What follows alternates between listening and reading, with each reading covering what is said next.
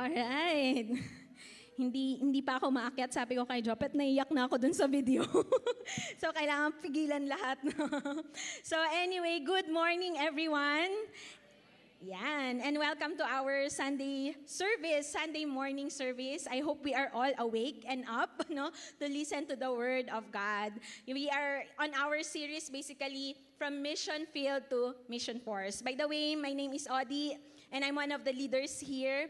And personally, I really like this series because it talks about us as a movement. I remember when I was still in college, because I was in college when I got reached out and became part of the church, no? The church during that time was on its church planting days. And to tell you, we have really none. we are just attending service in a house. So basically, it's a house church. We have nothing, no instruments. Basically, every Sunday, manghihiram pa kami ng instruments from other churches, no? And they're so kind to lend us some of their instruments. And I remember during that time, some of our churches in Metro Manila would actually send different teams here in Mindanao to be able to help us do the mission here. And fast forward right now, honestly, I'm so thankful because looking back during that time and looking at where we are at right now, I could actually say that we are, of course, a part of our city and part of our region is still a mission field, but we are also now a mission force. No, we are sending different teams as well. In fact, last year, we were able to send some teams to also help different cities in our region here in Mindanao. We sent teams going to Malaybalay, we sent teams going to Iligan, even to Coronadal, and not only that, in fact, we sent also teams going to the nations. The past years, we sent teams going to Indonesia, and this year, we're going to send a team going to Thailand. Imagine that. So I could just really say that we are now a mission force. And going back as well, how we started as a church, no, in Victory. I remember how our forefathers would tell their story, how some missionaries, even group of Pastor Steve and other Americans, went here in the Philippines at the top of the very chaotic situation of our nation and did missions here. And fast forward right now, where we are at as a movement, we have hundreds of churches all across the nation, and we have also sent hundreds of missionaries across the nations to plant church there, to be tent makers there, and to even help the missions that we are already doing in that field. No, so sobrang nakakatuwa lang talaga because God is just really using us mightily. So, why don't you ask the person beside you, are you still a mission field or are you already part of the mission force? No, tanungin mo yung katabi mo. Yes, because I believe it in my heart that it is God's desire that we will not just stay as a mission field, but that we will actually become part of the mission force. All right? Amen ba? Now, let's start by reading God's Word. So may I invite everybody to please stand and open your Bibles with me in Psalm chapter 78, verses 1 to 8. It says here, "Give ear, O my people, to my teaching. Incline your ears to the words of my mouth. I will open my mouth in a parable. I will utter dark sayings from of old, things that we have heard and known that our forefathers have told us. We will not hide them from their children, but tell to the coming generation the glorious deeds of the Lord and his might, and the wonders that he has done. He established a testimony in Jacob and appointed a law in Israel, which he commanded our fathers to teach to their children." Verse 6, "That the next generation might know them, the children yet unborn, and arise and tell them to their children, so that they should set their hope in God and not forget the works of God, but keep his commandments.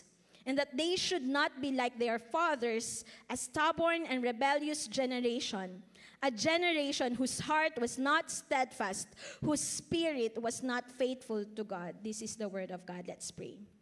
Lord, we just thank you, God, because we know that your word is powerful, not just powerful to speak to us, but powerful enough to transform us. And so, Lord, we submit our lives unto your word right now. Lord, thank you that you will bring forth alignment of our thoughts and even of our emotions, that we will be able to live out what your word says. In Jesus' name we pray. Amen and amen. You may now take your seats. You know what? This week has really been one of those very fruitful week that I really consider. In fact, yesterday, we just had our victory weekend, no, to 46 participants. Ayan, pwede ba natin silang palakpakan? We have a picture there.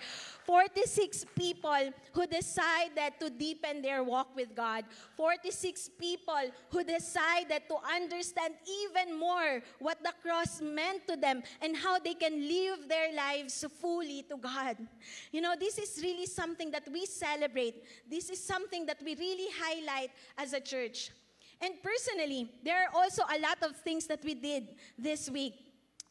We met a particular couple, no, and we just had this very fruitful conversation over a meal. You know, if titingnan mo, sobrang simple. I think I have a picture there. Sobrang simple lang nitong meal na to. But during that meal, what we were talking about was how can they know God in their lives? How can they start reading their Bible? How can they actually understand the Bible? Saan ba sila magsisimula? Ano ba yung use ng Bible in their lives? You know, it was a very good meal, but at the same time, it's a very fruitful conversation. And this week also, we met with a very good friend. In fact, he's one of our leaders in Victory Malaybalay. This is Doc James, no? And he's really a very fruitful leader. And we just had this time this week of catching up with him, asking him how their marriage is, how it is to be a parent. And when we ended that conversation, it was just really, I find it so powerful because both of us, Dropet and I, and even Doc James asked, what can we stand with you in prayer this season? So we shared ano yung season namin, and then he also shared ano yung season nilang mag-asawa, and we just really took the time to stand in faith together, to pray together. That's why this is really some of the things that we celebrate. And this week, this is also another highlight that I have. Last Tuesday, actually hindi lang last Tuesday, but every Tuesday, this is really a highlight of the week na meron kami, our victory group. Because this is a time where we're not just sharing meals, hindi lang busog na busog yung mga tiyan namin, but even our hearts.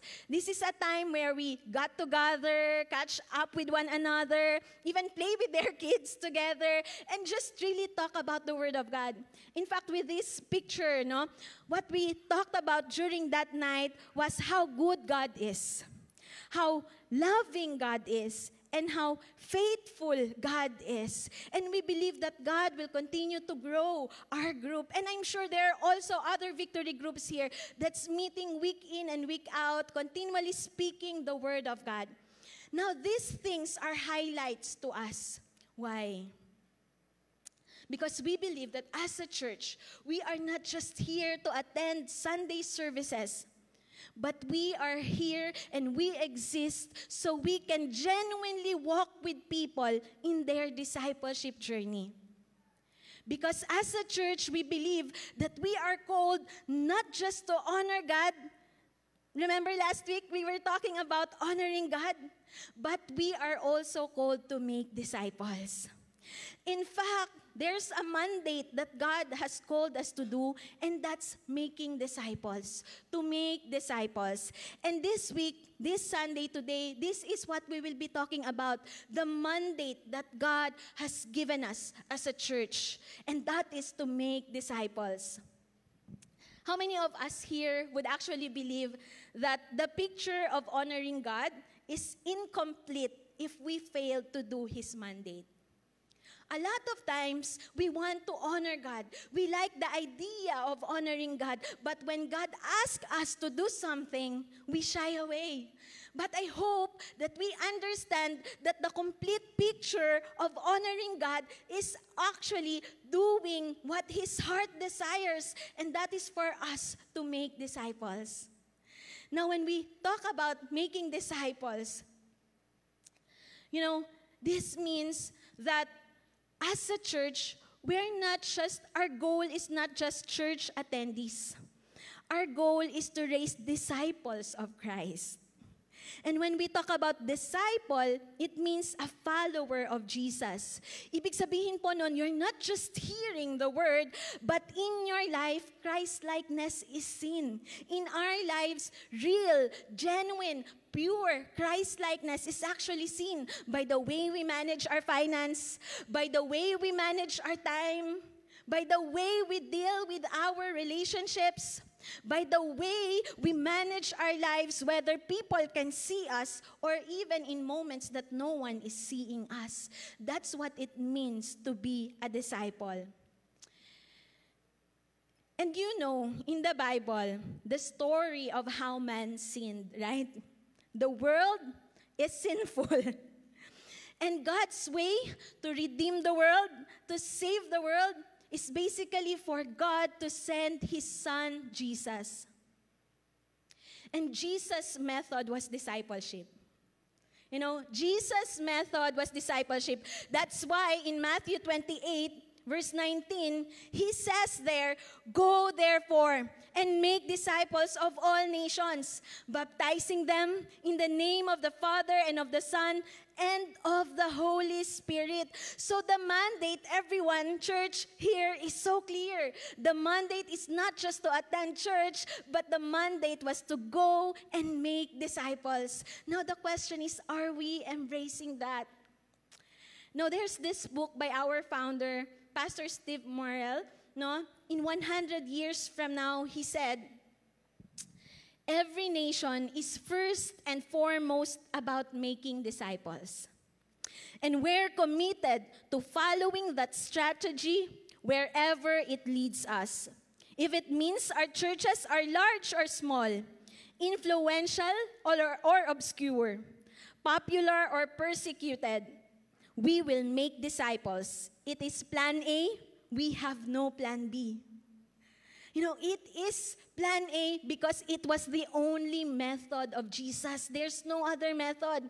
And I remember when I got reached out, when I was in college, and I remember serving in the church, helping in the church, my leaders would often tell me that we're not here for entertainment. We're not here to create events that you like. I know there are some of us here, you would like to create events here and there, but we're not here for that. My leaders, our forefathers, would often tell us, if what we do will not honor God and will not make disciples, then we will not do it. But if what we're about to do will honor God and will make disciples, then we're all into it. Because we understand that the mandate of God is actually to make disciples. The mandate of God and the call of God for His church is to make disciples. Now the question is, how do we make disciples? Now let's go back to the very passage that we have read a while ago. For us to learn, paano ba talaga? How is it really to make disciples? Now it says here in verse 1, "Give ear, O my people, to my teaching. Incline your ears to the words of my mouth." Nakita niyo ba yung emphasis here? Sinasabi dito, give ear, incline your ear. So there's repetition. Ibig sabihin, Asaph or the psalmist here was about to say something very, very important. Kumbaga sa Bisaya, pananiguro gyud siya ba? Di ba? He's about to say something very, very important that he's saying you should not miss it out. And why he's saying that, why we should not miss it out, because what at stake is so big, it's so huge that you cannot actually miss it out. And then he continues in verses 2 to 5, it says here, "I will open my mouth in a parable. I will utter dark sayings from of old, things that we have heard and known, that our forefathers have told us.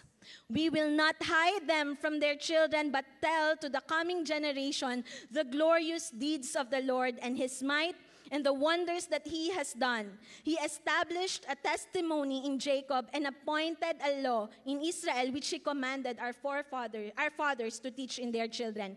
So in other words, what Asaph or the psalmist was saying here, I will utter different things. I will utter a parable. I will utter sayings. I will utter testimony. I will utter law. So next slide. I will utter all of those things. Because what's the point here? He's trying to create or emphasize a particular message, but he is delivering it in different manner. Ibig sabihin, kahit anong manner, whatever manner it is that he's about to say the message should not be changed. It's important as that. So what's the message? The message was the good deeds of our Lord. He was telling the congregation, he was telling his audience the great deeds of God. Ibig sabihin, there's a recalling of history that's happening here. Kaya siya deeds. Diba? There's a recalling of history that's happening here. Kaya kung babasahin niyo po yung buong Psalm 78, there's a lot of recall here. Remember when you crossed the desert? Remember your forefather Jacob? Remember Israel when you did this? There's a recall. Now, this is not a kind of recalling of history na maybe sa mga mag-asawa dito, pag nag-away kayo, sinasabi niyo sa isa't isa, remember 10 years ago, ginawa mo to? Or remember 5 years ago, ginawa mo to? No, that's not the kind of recalling kasi yung mga ganun, pwedeng nag-e-emphasize yun ng mali. Right? But the kind of recalling of history that Asaph was doing here was actually for him to be able to teach the Israelites a lesson. The audience a lesson. Now, I remember, kasi nga kanina I've already shared some stories how the church were during our church planting days. And you know what? During that moment, since we are a house church and we began to believe God for a center kasi we don't have like this before.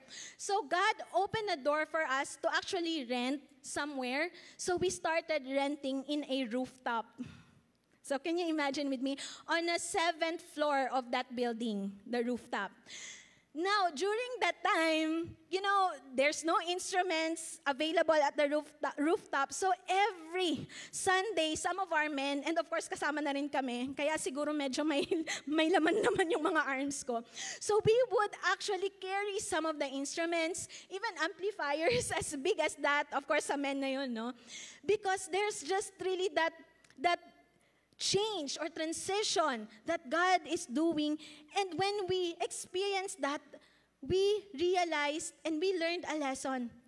We need more volunteers. And then, when we were doing that, you know, during that time, imagine how the services are going on and how we prepare. The men actually are required to wear slacks. And they're required to wear long sleeves. And along with that, a necktie. No? So can you imagine yung mga men natin right now if they attend the church and they're wearing that? Right? Of course, the women are required to wear heels, closed shoes, slacks, or long skirts, and then a very, very clean na blouse. No? So we were like that. And fast forward, along the way, of course, the church realized, I think we should change the manner of how we are doing church. Maybe we can tweak it a little bit to cater to more people. We were learning our lesson one step at a time. In fact, it was also during those moments na dahil sobrang kulang kami ng volunteers, sobrang walang choice yung church but to grab anyone. Kaya to the point na even kami ni Pastor Jopet, no, we were able to lead worship even if wala silang choice. Can you imagine that? And so when we started leading worship, na-realize nila hindi natututo ng worship yung mga tao. Umalis na lang nga kayo dyan. So there are just really things that we did in the past that makes us realize something, that teaches us a lesson, and so we can be able to change how we live our future.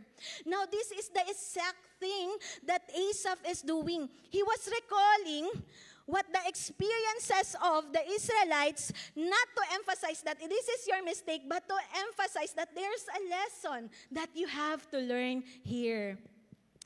Now, in verse 5, it says here, He established a testimony in Jacob and appointed a law in Israel, which He commanded our fathers to teach their children. Now, what can we learn from this? We're talking about the mandate. We're talking about making disciples. And this is exactly what Asaph was doing. He was exemplifying. He was teaching us something about making disciples. And with all his recall, this is actually his point. That the Israelites, or that where he may be, there will be teaching that's happening. And this is how we make disciples, when we teach the timeless Word of God. When we teach the timeless Word of God. You know, what informs us, what informs our mind, actually forms us. Napansin niyo, the more you watch something or someone, the more that you talk like that person, the more that you get to adapt the gestures of that person, because what informs us actually forms us. Now, this is also the reason why we have victory groups. This is also the reason why we have one-to-one, because we value teaching the Word of God. This is the reason why we have discipleship classes, even outside Sunday services, because this is our venue to continually teach the timeless Word of God. Now, do you know why we need to teach the timeless Word of God? Because we live in a world that's really miserable.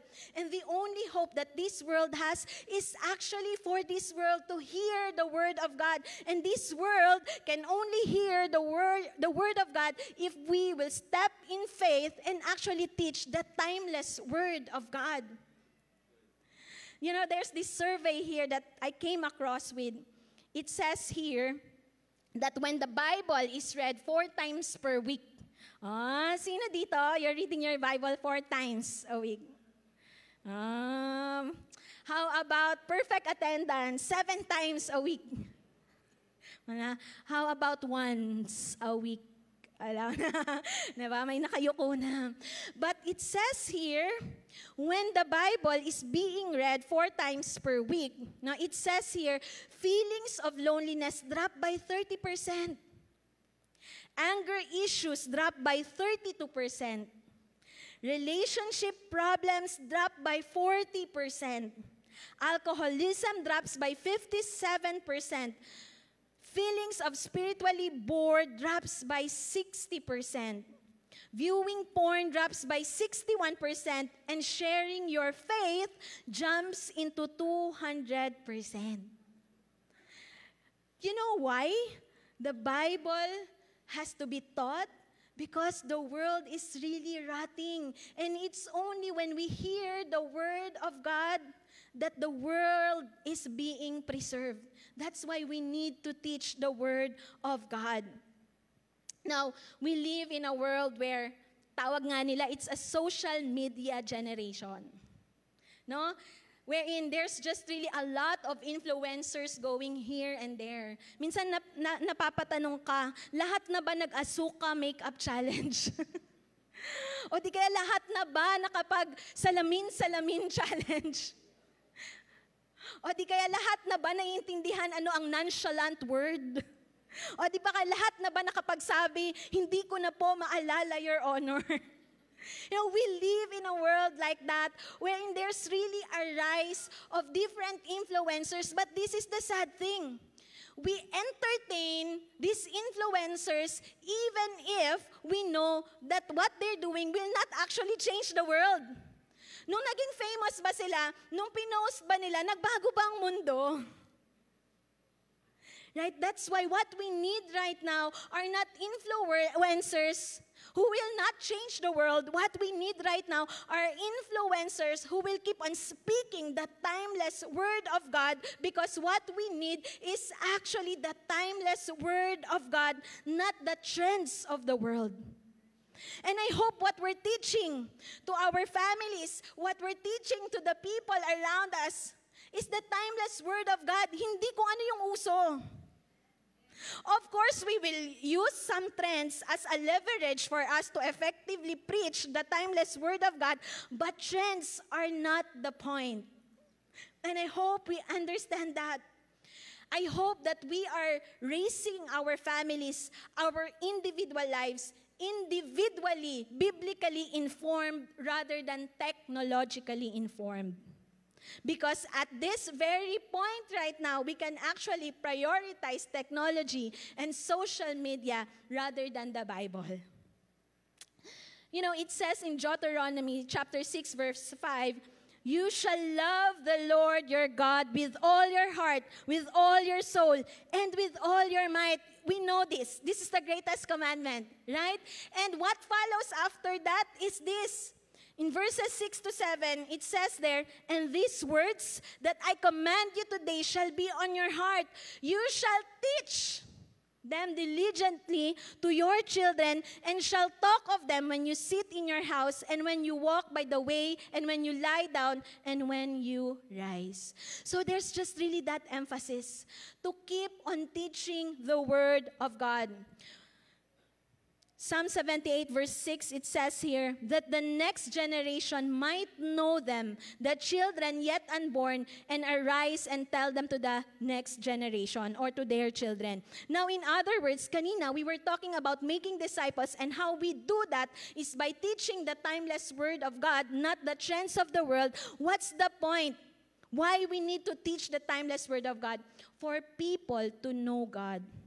Why are we teaching? For people to know God. Because apart from knowing God, there is no hope in this world.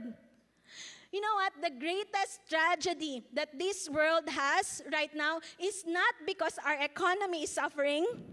It's not because there's war here and there. The greatest tragedy is actually the world doesn't know God. Because that's the very point why we are experiencing all of those things. The world has failed to know God. You know, I hope we realize that as a church, we're not after numbers. When we teach the Word of God, it's not for us to get as many people as we can, but actually fail to know God. We're teaching the Word of God for spiritual depth, for people to truly know God. Not just informally know God, but experientially know God. Because those things are two different things. Now, why do we need to teach to know God? And it says here, as we continue on the same passage, that they will arise and tell them to their children. In other words, when we make disciples, it's not just enough that we teach the timeless Word of God for people to know God. We hope that their knowledge of God will proceed to them, allowing God to be known in this world. Now, the point of discipleship is to know God and to make God known. To make Him known. Now, my question to us is right now, in the area of influence that we have, is God being known? Now, I'd like to read here a quote by J.I. Packer in his book, Knowing God. He says there, "The greatest cruelty we can ever do to ourselves and to others is rob ourselves or them of the privilege of knowing God. The sure way to waste one life is to not know God, because to know God is the very essence we were made for." This is the very essence we were made for.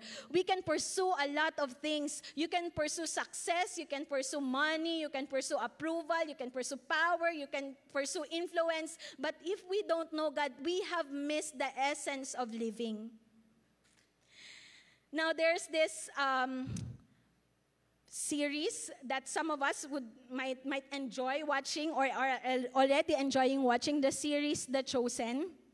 No? And I just came across this video wherein in that particular moment where Jesus was teaching some kids, he was doing carpentry work, and he was teaching some kids that he is not just a carpenter, but his purpose is bigger than that. And he said these words to them: "Everyone has a larger job than just their trade. Everyone has a larger job than just their trade. This means you are where you are right now, not just to work, but to make God known there. You are not just a doctor. You are not just a businessman. You are not just a teacher. You are not just a child. You are not just a father. You are not just a mother. But you are there to make God known there. And I hope even in our daily lives, when you go to your Pilates session, when you go to your coffee session, coffee date, and all of those things, is God being known to where you are going. I remember talking to this particular girl. She was so excited. She talked to me last week and she told me, "Ons, alam mo ba, I rode a jeep and I was able to share the gospel to the jeepney driver." And you know what? That's the essence why we are here, that we will not just stop being Christians, but that we will actually make disciples. I hope that we are not silenced by this world. You know, truthfully, we may actually feel that we are not good enough. We're not ready. People might actually make us feel that, you're not capable of, but that doesn't change the calling of God for us to teach and preach His Word. In Lego Principle, written by Pastor Joey Bonifacio, one of our pastors also, he said, "God has ordained people to reach people. We cannot keep avoiding discipleship and still say we have remained true to the scriptures." This is so true. If we are to put one word to the purpose of the church, I believe it must be discipleship. There is no plan B for reaching the world. There is only one plan: discipleship. It's time we truly embrace it. Discipleship is, after all, the very business of the church. When the church is unable to carry out what it was created to do, the repercussions are catastrophic. This is our business as a church. Our business is not to raise a very big, church. Our business is to make disciples. In fact, that's why we're renovating here. And there's not for us to have a good facility, but for us to be effective even more in discipleship. That's the reason why we're doing the very things that we are doing. Now, as we continue, it says in Psalm chapter 78, verse 7, "So that they should set their hopes in God and not forget the works of God, but keep His commandments." Now, kanina, how can we make disciples? It's when we teach the timeless word of God, not the trends of this world, so people will know God and make Him known. And it says here in continuation, "so that they will keep the commandments." In other words, it's not just enough for you to teach, but the point is that they will live the word. They will live the word in their lives. That people will align their lives na this is what the Word of God says. This is the standard of God. Our lives can be somewhere out there. The Word of God will not adjust to meet us where we are, but our lives, we should adjust our lives, how we live our lives, so we can live according to the standard of God. And this is the reason why we keep on teaching the Word, so that the Word will be lived by people.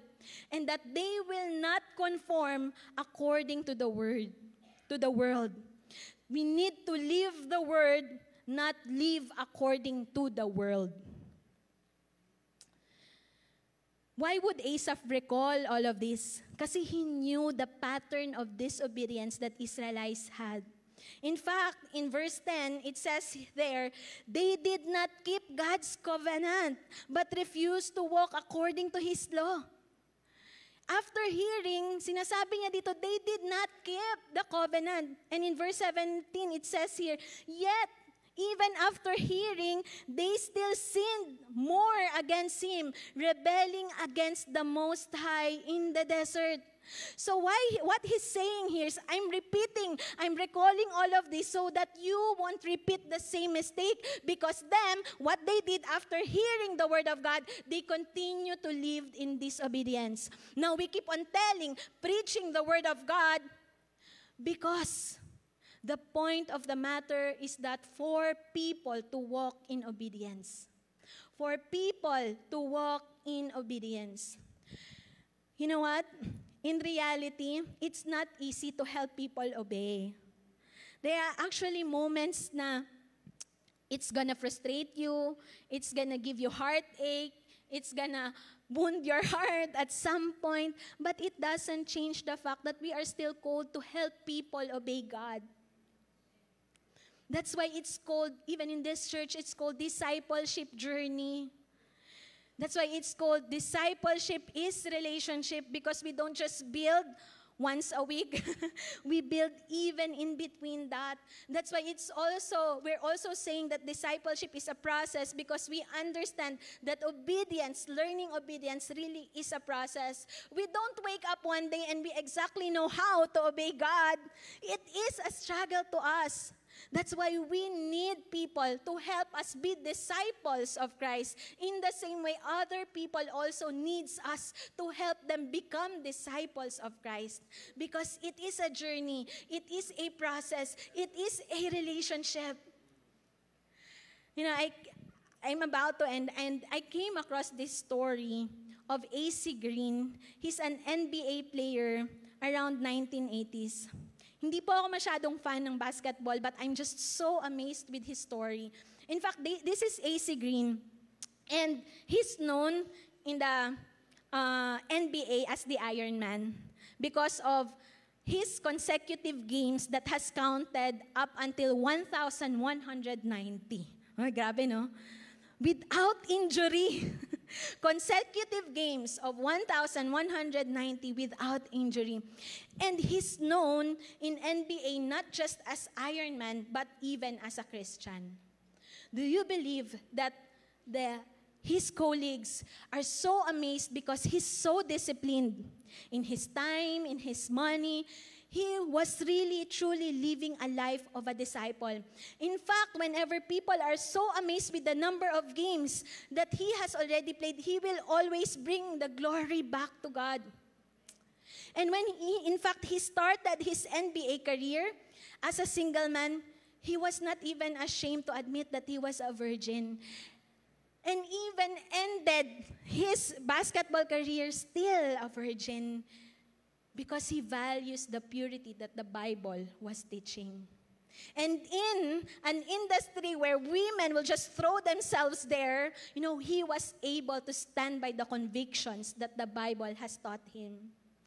In fact, around 1987, when they won a championship, instead of celebrating somewhere and do a party somewhere, what he did was he actually went to Manila, here in the Philippines, to do a mission work in the different campuses and universities of our nation. His life was really admirable. Now, I was asking a question. What happened to him? What helped him become that kind of man? And I watched a particular video in TikTok, and I came across this interview that I just transcribed. So I'm going to read it to you guys. It says here, "How am I supposed to know how it is to be a man? My dad definitely played huge part. He wasn't a super Christian, but it's just the fact that he was doing it. What is a man? I didn't know what that meant. I needed someone to show me. I needed someone to show me an example.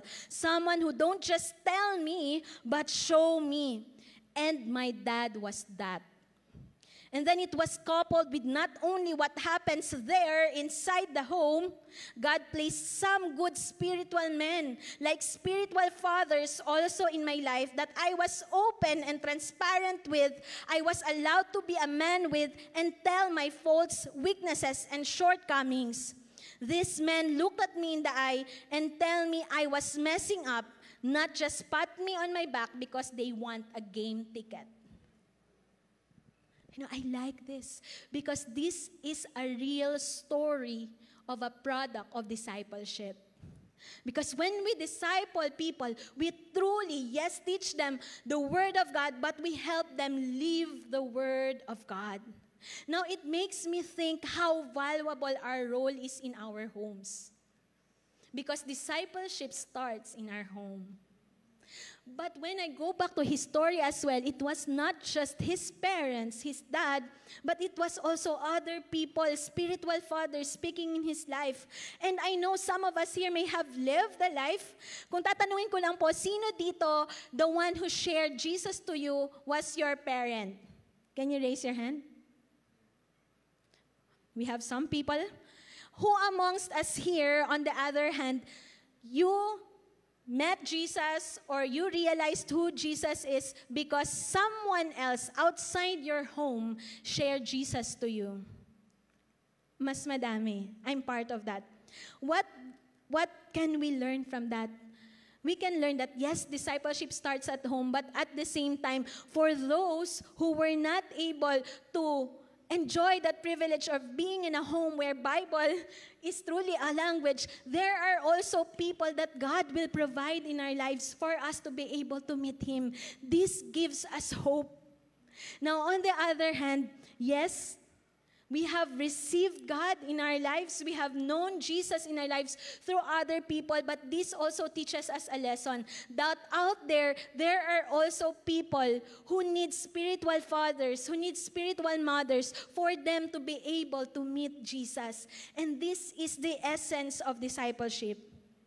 You know, our role is to go and not just to wait for people to come in.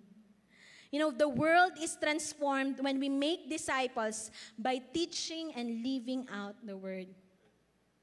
The world is transformed. We want a transformed world, right? The answer is not to have more money. The answer is not to acquire as many businesses as you can. The answer is the word of God. When it is being taught and it is being lived.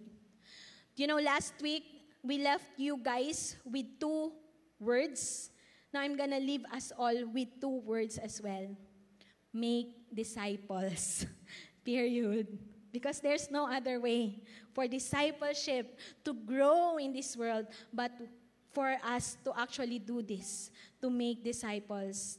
And I want to emphasize here 2 words as well, actually 3 words, that we are not here to actually wait and see, but we're here to go and tell.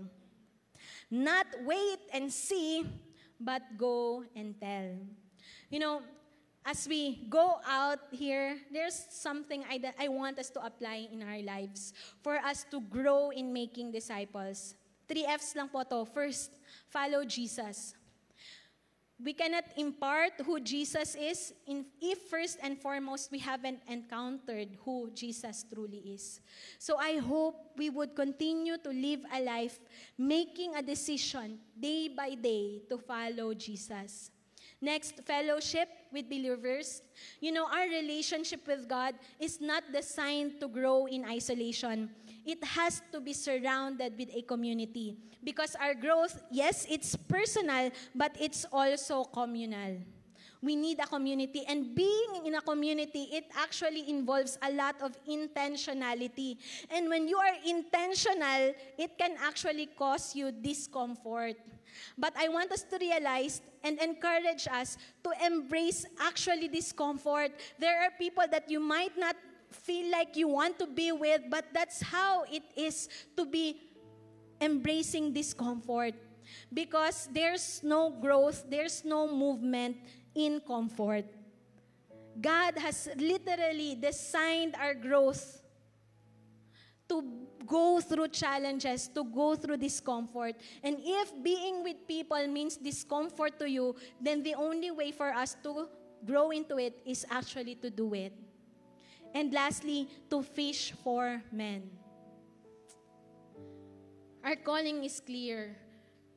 We are beyond the trade that we are doing.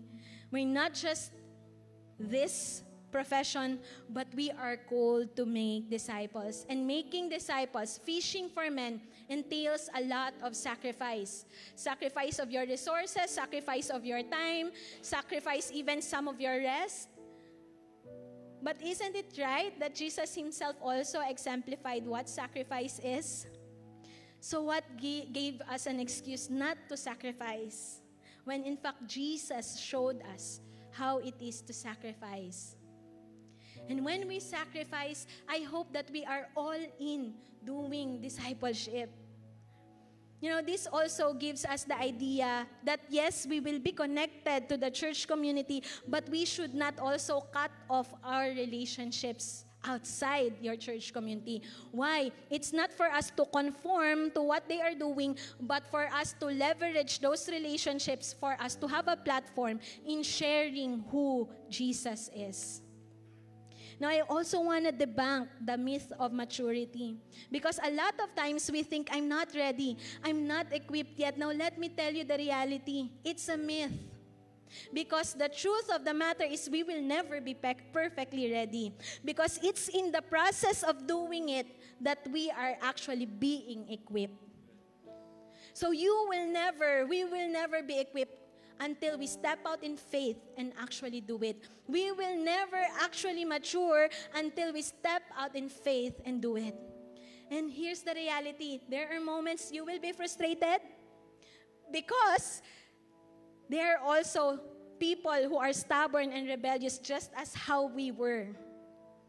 But that's why we need to go back to our identity that God has built when we follow Jesus, because that's our security, who we are in Jesus. Yes, we are called to make disciples, but our identity is not in doing that, but in Jesus. But because we have encountered the compassion, the love of Jesus, we will bear His heart for His people. There's a book that says, you cannot love God unless you love His people. Because the truth of the matter is when you love God, you also translate His heart on how you live your life. So you can just take the time to pray. Lord, we thank you, God, for this word. Lord, a lot of times, discipleship may be a word that we heard and we just shrug off our mind. But Lord, this time, help us to truly and fully embrace it. Lord, we don't want to live a life missing out some of your plans, missing out your purpose, missing out your calling. So God, where we may be right now, Lord, we pray that you would use us.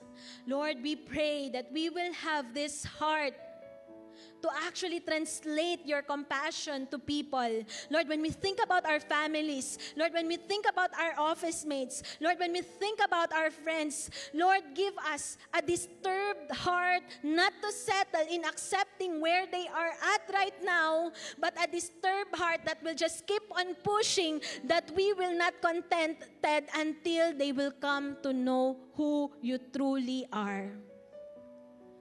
Lord, I know that we are not capable of loving, but God, give us a heart that truly loves people, because even that kind of heart comes from you. Lord, fruitfulness comes from you. And so I speak right now in the name of Jesus that we will bear fruit even in discipleship. In fact, can I just ask everybody to please stand? And I want us to realize right now that the point of life is not for us to build our dreams. The point of life is not to secure, not only to secure our future generations, but the point of living is actually to make God known. And left on our own abilities, we don't have the capacity to make God known. And so this is what we're going to do right now. We're going to sing a song, and we're going to believe in our hearts that God will pour out His Holy Spirit on us, because it's the power of the Holy Spirit. It's the Holy Spirit who will enable us to become effective witnesses. Yes, you can't on your own, but it's because of the Holy Spirit that is in us that we will be empowered to become witnesses. Not just witnesses, but effective witnesses. And so can I ask everyone, let's lift our hands right now. And if you are here right now, really in your heart, genuinely asking God, Lord, help me. Help me, empower me. I feel so limited here and there. This is my personality. Lord, thank you that you're gonna help us die to our own selves, die to our own preferences, die to our own personalities, so your mission will be fulfilled. Let's take the time to worship God.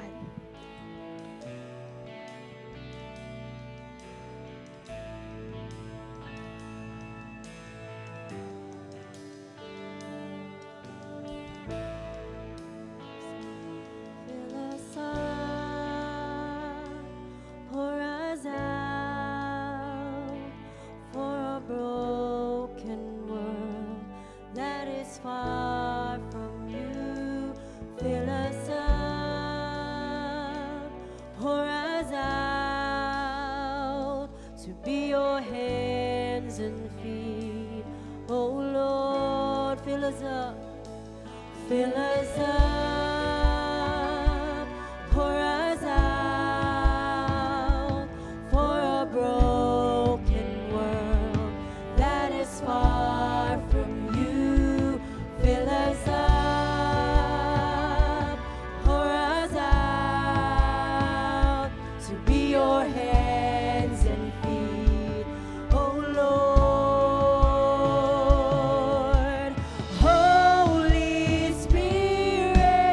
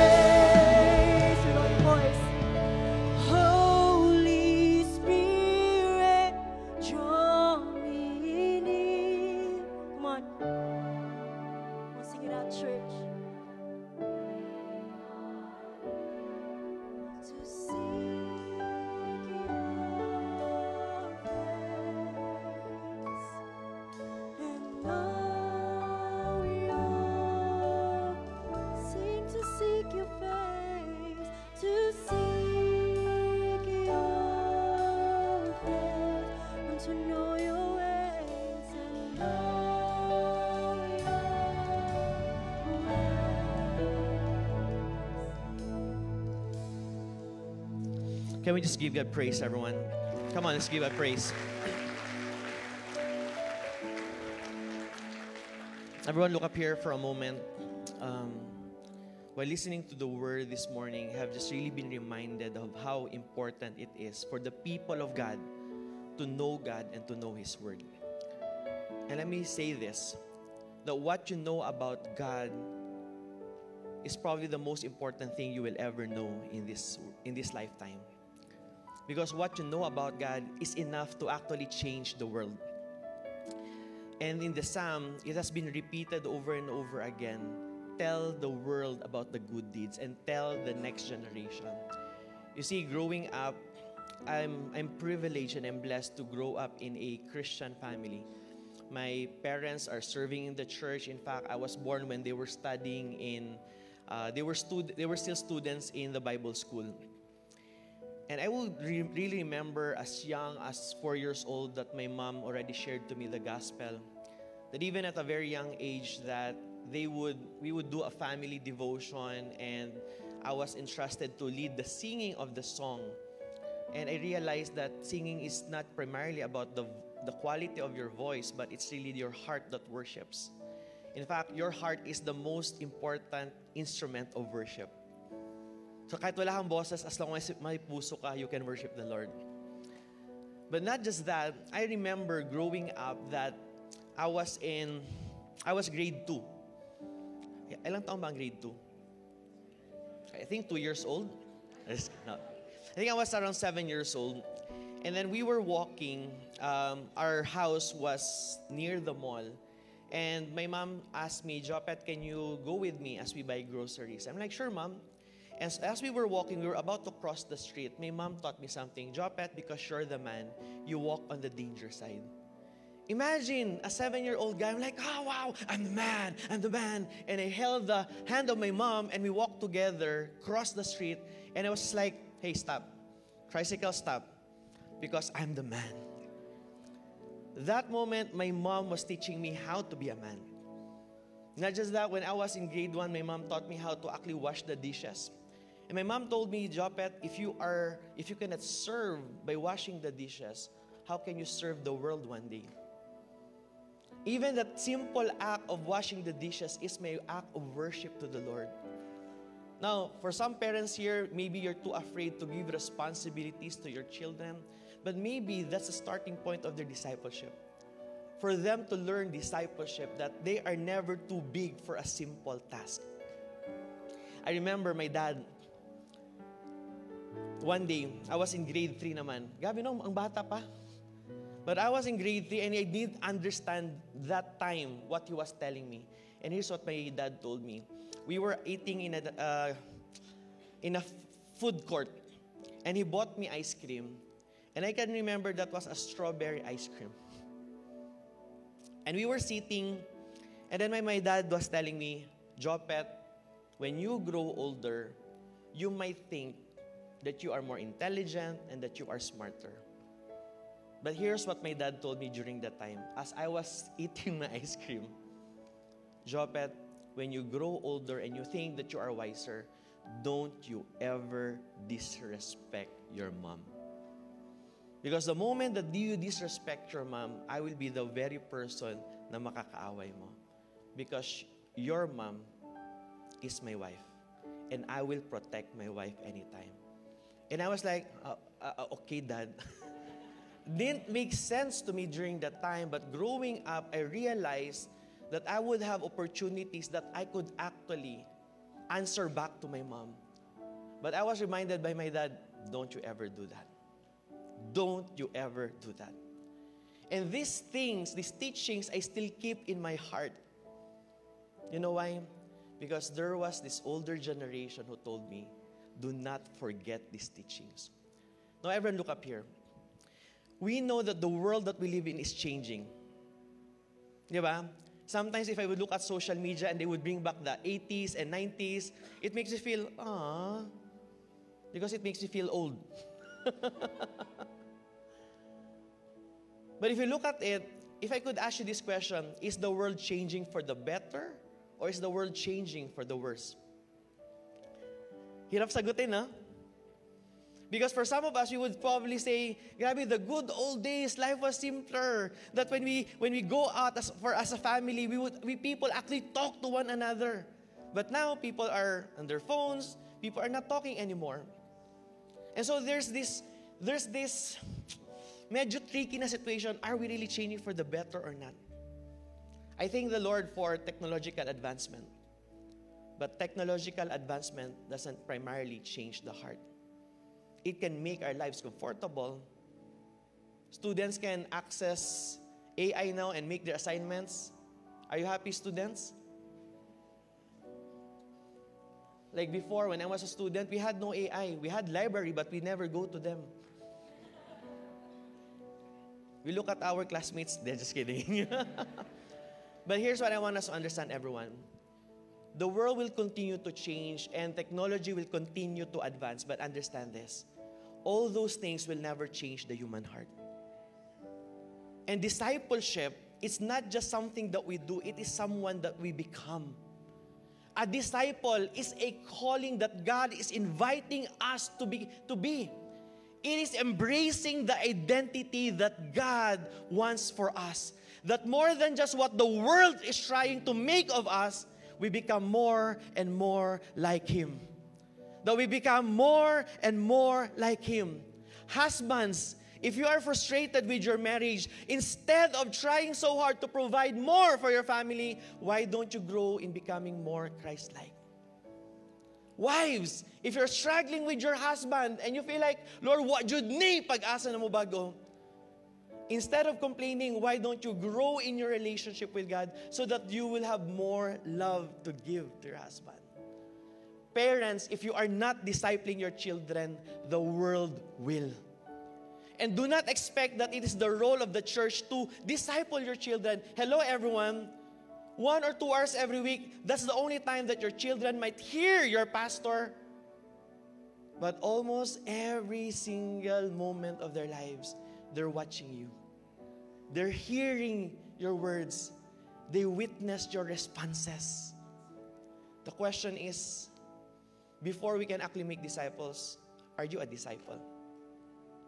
Have you made that decision to humble yourself and say, Lord Jesus, I'm going to follow you? It's not about the activities that I do. Are you dwelling in the presence of God and growing into becoming more and more like Him? Look at the person beside you.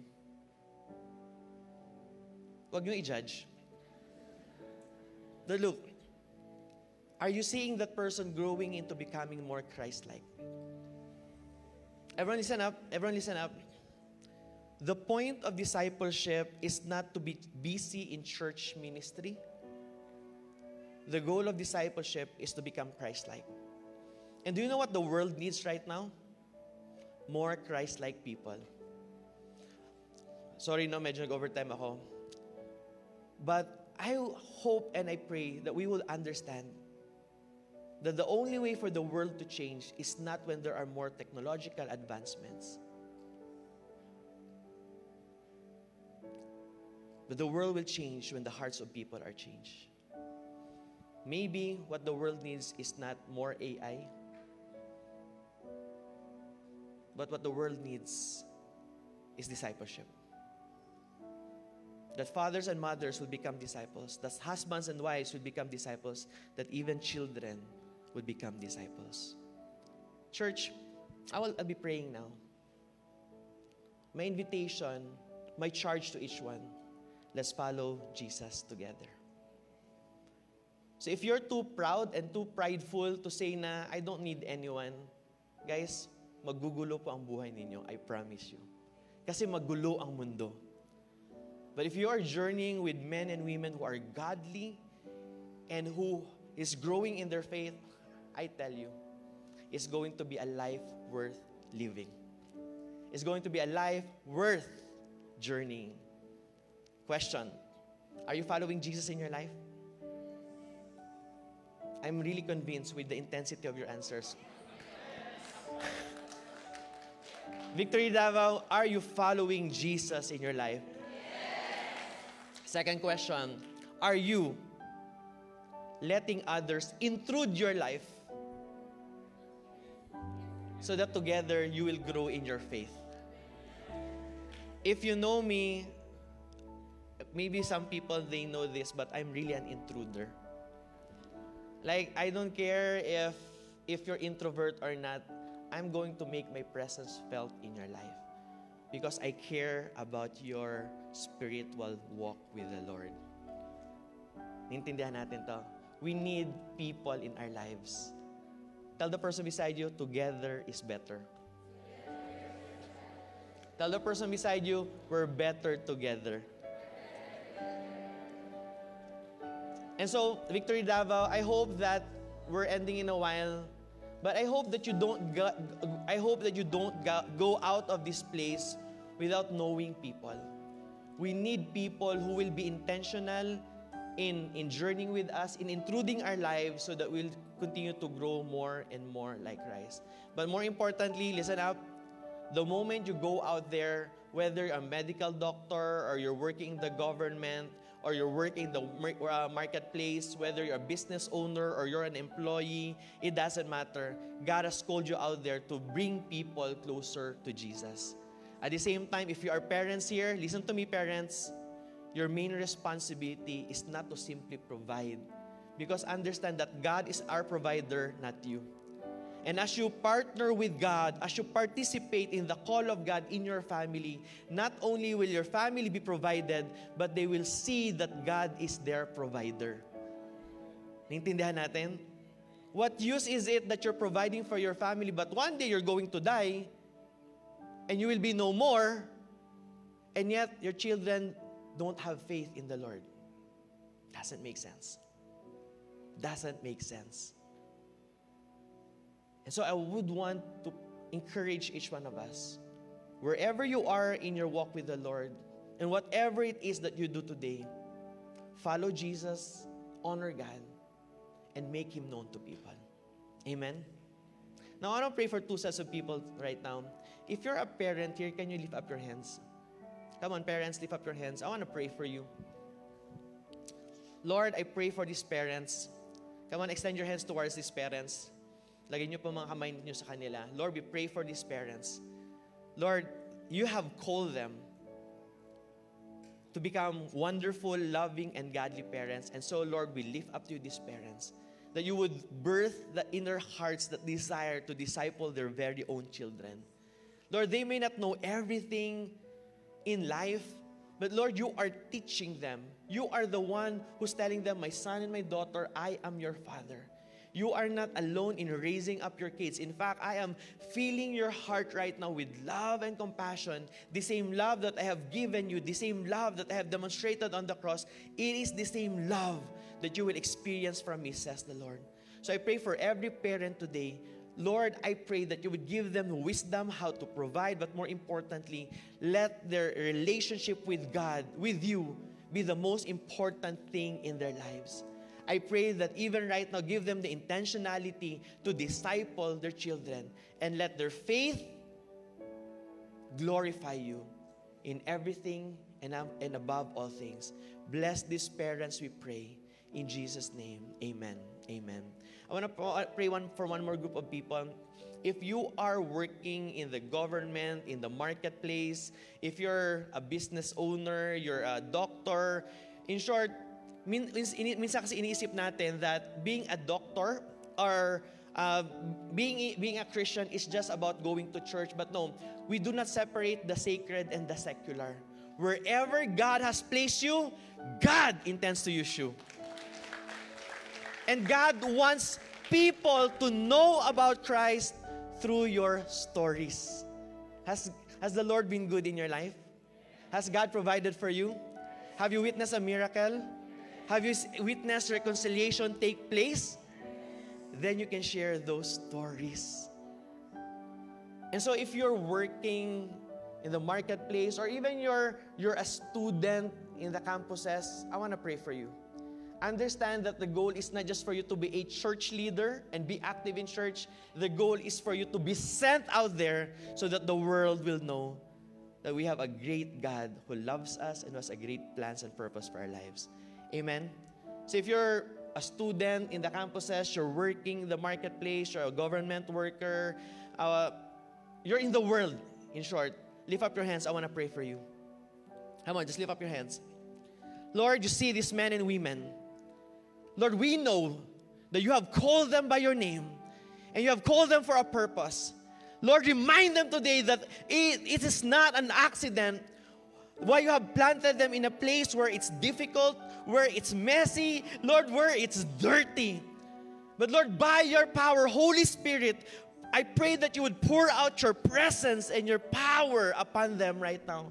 And remind them that you are the one who placed them there, not just for them to learn or to earn, but for them, Lord, to display and live out their God-given purposes. Lord, let there be salvation stories. Let there be healing stories. Let there be reconciliation stories. God, not because the world is filling their hearts with satisfaction. But Lord, the world will change because the message of the gospel will be proclaimed. So Lord, use our lives, use our stories, and I pray for each one. I pray for faith to rise up in our hearts. Lord, I speak to every heart right now, that every heart will love you and grow more into loving you and serving you. So Lord, as we're lifting up our hands, use us, we pray.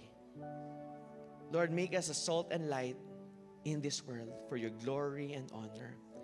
In Jesus' name we pray. Everyone say, amen and amen. Amen.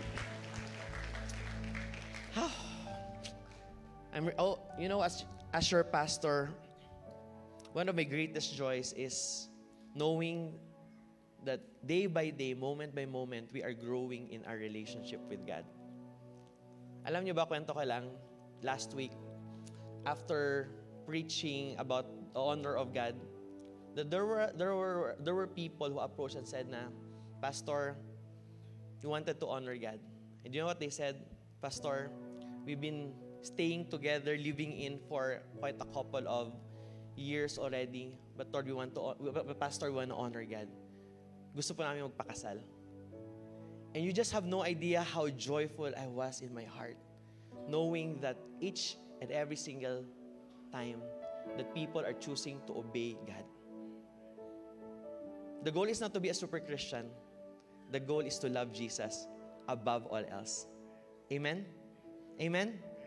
So together, everyone, let's honor God and make disciples. Amen? Before I end, just two quick announcements. Registration for Victory at 40 is about to end, and our Victory at 40 celebration will be on June 27, 28. And at the same time, next Saturday, June 15, will be our Dad's Night. Okay, so for the fathers, yung mga tatay, please do join this. We would like to celebrate fatherhood. We would like to celebrate what your role as a father. So if you're a father, please register at the back or maybe online. We would want to encourage you, make this a priority. Naintindihan natin? So fathers, please make time for this. This will be on a Saturday and food will be served. Guys, alam niyo yung food na isa-serve? Life-changing pastil and barbecue. Yung Mother's Day, tea party no? Ito guys is going to be a pork night. Ay, joke lang. Then what I'm trying to say is that men, fathers, please sign up, please register. Or no, I'm going to change that. Mothers, wives, please register your husbands. I think that's a better way of saying things. All right, can we all lift up our hands to the Lord? Lord, you are good. And Jesus, we're here because of you. And Jesus, we're here for your name alone. I pray that you would continue to change our hearts, we pray. Lord, whatever circumstance that we're in, Lord, I sense that there are some of us here that we are weary and heavy laden. Lord, for some of us, Lord, we are experiencing panic attacks, depression. Lord, for some, God, we are gripped by worry and anxiety. But Lord Jesus, you are greater than all of these things. So Lord, we command all these personal struggles and difficulties that we're going through. Lord, we surrender and we submit it to your kingship. Lord, we submit it to your lordship and we declare that Jesus, you are Lord of our lives. that you are high and above all other things, that no one will ever come close to your greatness in our hearts. So Jesus, we declare that we will live for you alone. And Lord, wherever we may be in our journey with you, use us, we pray, for your glory and honor. The Lord bless you and keep you. The Lord make his face to shine upon you and be gracious to you. The Lord lift up his countenance upon you and give you his peace. Lord, be glorified, be honored in our lives. In Jesus' mighty name we pray. Everyone say, amen. God bless you all. Our gathering has ended. Our service to the world begins. God bless you all. And please don't forget the students who will be raising some funds for Victory at 40. God bless you, everyone.